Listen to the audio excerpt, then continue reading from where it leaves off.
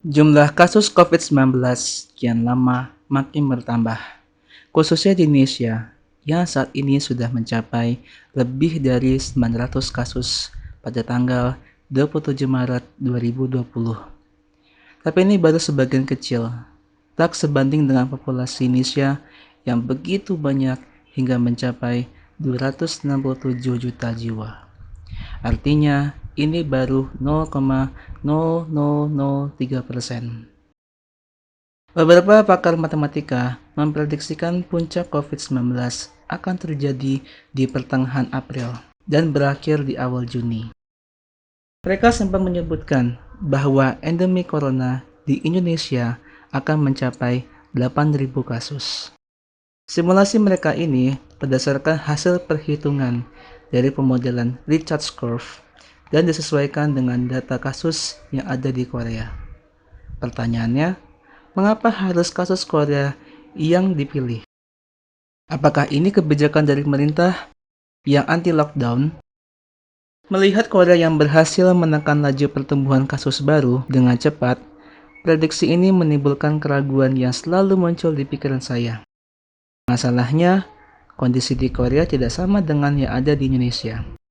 Jika kita lihat, dari kondisi geografis, luas wilayah Korea hanya 5% dari Indonesia, dengan populasi yang hanya 51 juta jiwa.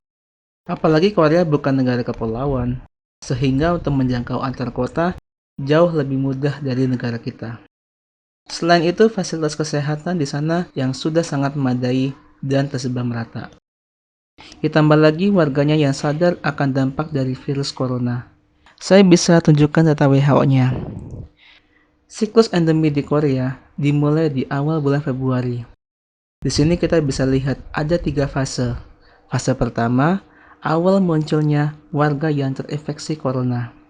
Setelah itu fase kedua, penanganan COVID-19 dengan cara rapid test melalui sistem drive-thru yang tersebar di beberapa titik wabah.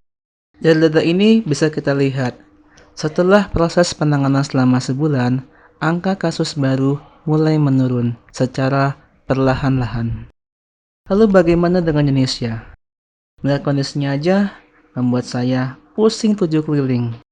Meskipun di sisi lain, banyak yang saya banggakan sebagai negara tersantuy.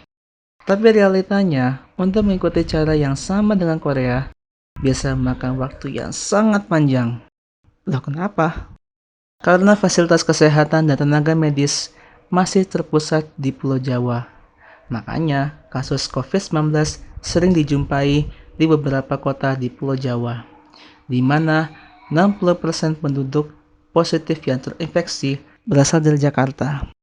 Dengan kepadatan penduduk 15.663 warga per kilometer persegi, hal itu memudahkan virus untuk menyebar dari tempat ke tempat. Melihat situasi ini, banyak dari kalian yang terus bertanya, kapan virus corona akan segera berakhir?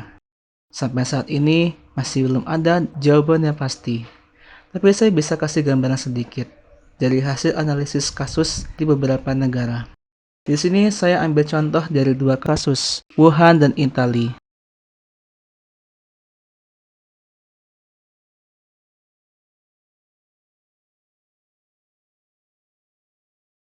Wuhan memiliki luas wilayah 8.494 km persegi dengan populasi 11 juta jiwa. Bandingkan dengan Jakarta yang memiliki luas wilayah 7.659 km persegi dengan populasi 10 juta jiwa. Tidak jauh beda kan? Wabah corona sebenarnya sudah ada dari Desember, namun WHO mulai mendata dari bulan Januari. Data ini menunjukkan awal endemi dimulai dari tanggal 21 Januari. Kemudian, pemerintah setempat melakukan lockdown di tanggal 23 Januari. Dari sini kita bisa melihat fase karantina yang begitu lama karena endemi coronanya terus berkembang pesat hingga mencapai 67.000 kasus. Baru setelah 1 bulan lebih proses karantina, mulai terlihat penurunan kasus baru hingga mencapai 0 di tanggal 15 Maret. Artinya, kalau pemerintah RI melakukan lockdown satu wilayah, niscaya pergerakan corona akan berhenti dalam kurun waktu 1 bulan. Itu pun kalau kasus awalnya masih sedikit seperti Wuhan.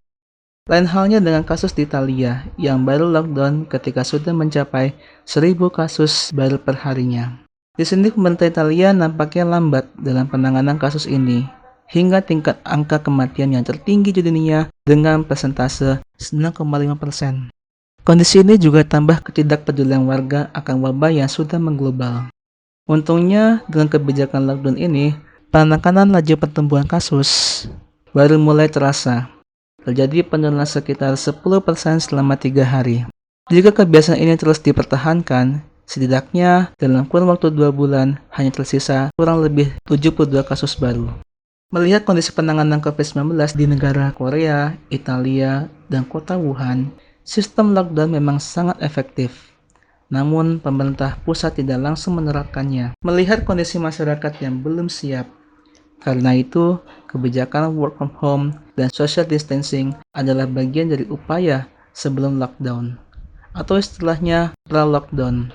Jadi bagi kalian yang pekerja kantoran dan pelajar, tetaplah kerja dan belajar di rumah. Dan bagi kalian yang berjuang di jalanan seperti ojek online, teknisi kabel listrik, telepon, fiber optik, dan bahkan petugas medis, tetaplah optimis. Karena saat ini banyak volunteer yang terus berusaha mengumpulkan dana khusus untuk kalian. Mulailah dari sekarang, kita saling tolong-menolong, bahu-membahu, satu sama lain. Berikan yang terbaik untuk negara kita, negara Indonesia.